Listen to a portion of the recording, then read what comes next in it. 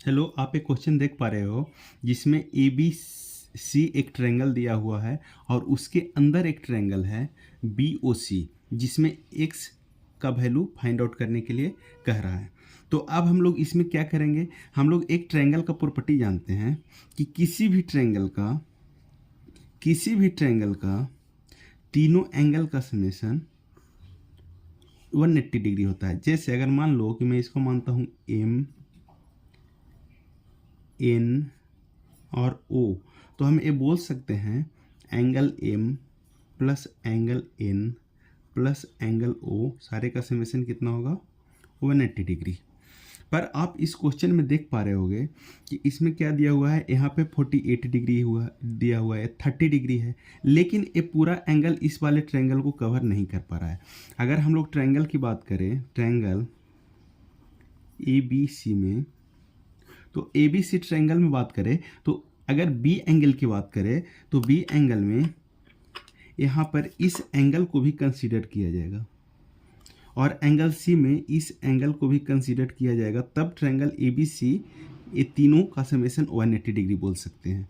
तो यहाँ पर एंगल बी का सिर्फ एक पार्ट 30 डिग्री दिया हुआ है, तो हम एज ए वेरिएबल इसको अल्फा मान सकते हैं, और जो एंगल सी में एक एंगल दिया हुआ है, एक एंगल का वैल्यू नहीं मालूम है, इसको बीटा मान सकते हैं।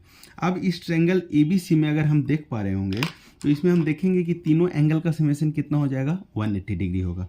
तो हम क्या कहते हैं, इसको 180 से इक्वेट करते हैं। तो एंगल ए कितना हो गया 48 डिग्री, एंगल बी में अपना दो एंगल दिया हुआ है, एक दिया हुआ है कितना 30 degree plus alpha, plus angle C में दो एंगल है 40 डिग्री प्लस बीटा, तो इसको लिख सकते हैं 40 डिग्री प्लस बीटा। सारे का समेशन कितना हो जाना चाहिए 180 डिग्री। क्यों? क्योंकि ट्रायंगल का प्रॉपर्टी अभी हम लोग यहाँ पे देख पा रहे हैं कि तीनों एंगल का समेशन कितना होता है 180 डिग्री। अब इसको 180 डिग्री से इक्वेट कर दिए।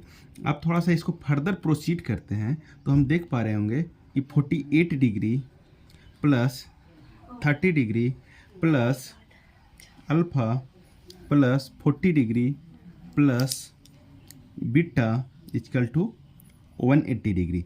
अब क्या करते हैं, अल्फा बीटा को एक साइड लाते हैं और बाकी सबको दूसरे साइड ले जाते हैं। तो यहाँ पे देख पा रहे होगे अल्फा प्लस बीटा अगर लेफ्ट एलएचएस में रखते हैं और बाकी सबको उधर ले जाते हैं तो कितना हो जाएगा 180 माइनस का 48 प्लस 40 प्लस 30 डिग्री।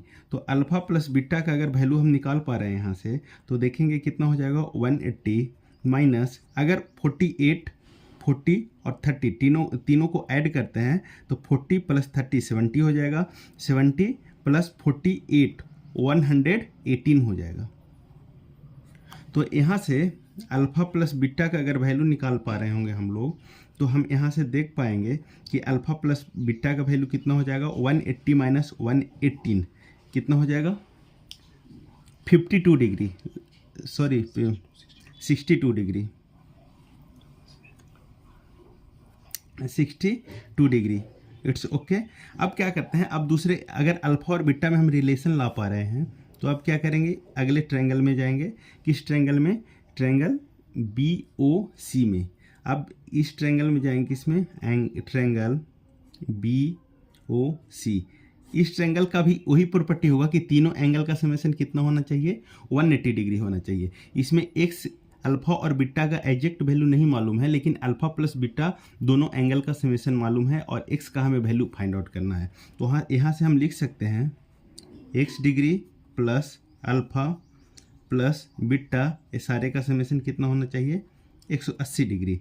अब एक्स का हमें वैल्यू फाइंड आउट करना है। अल्फ़ा प्लस बीटा जो अभी हम लोग ट्रायंगल ए बी सी इससे फाइंड आउट कर पा रहे हैं, अल्फ़ा प्लस बीटा कितना है 62 डिग्री। ये सब का समेशन कितना है 180 डिग्री। अगर यहाँ से x का वैल्यू निकालेंगे तो हो जाएगा 180 माइनस 62 डिग्री। तो यहाँ से देख पा रहे हैं x का वैल्यू कितना हो जाएगा 118 डिग्री। तो x का वैल्यू हो गया 118। It's our answer. धन्यवाद।